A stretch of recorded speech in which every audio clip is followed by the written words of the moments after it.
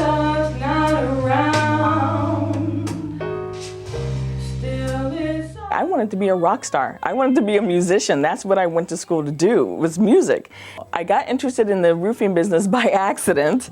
I was a starving student in college at Sonoma State University. I applied to work at a roofing company. She came in to be an office assistant. In this particular case, it was a tornado that came into the office. She was everywhere doing everything. Basically, I went from working there as the receptionist, then to the office manager, and to the manager of the company. And then the owner at the time realized that he wanted to retire, and he asked if I wanted to buy his business.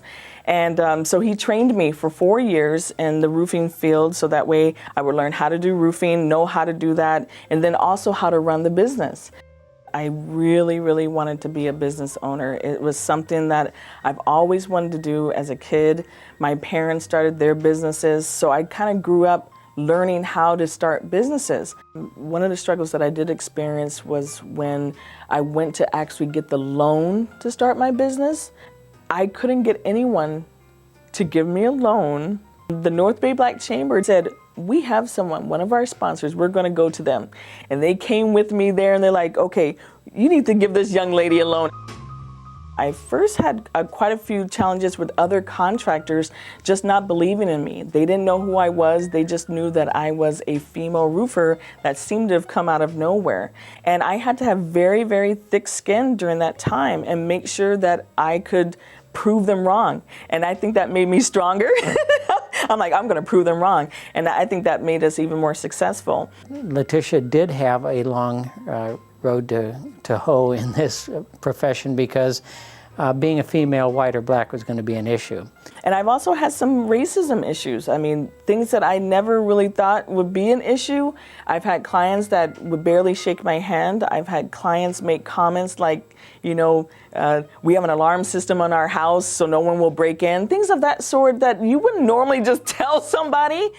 It's pretty easy to look at Letitia and think, you know, if something seems hard to me, you know, she's pushing through everything, and you'd never know that there was an obstacle in her way.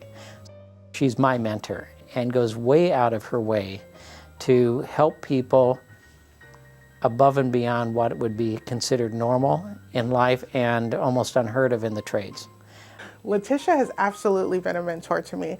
When I met her 10 years ago, I think one of the first things I ever said to her was, one day I'm going to own a company and be just like you.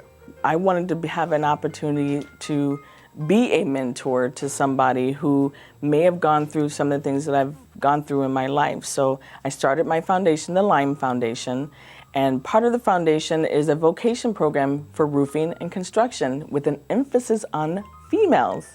Letitia's leadership style is very hands-on and very compassionate. It's very people-driven. So it's not, oh, what do I get as the head of the company or a leader? It's how do we all succeed? One of my biggest assets is my passion. My passion for life, my passion to want to help others. I really want the opportunity to say, hey, you could do anything you want to do. I'm an African-American female roofer. Don't give up. Keep on pushing.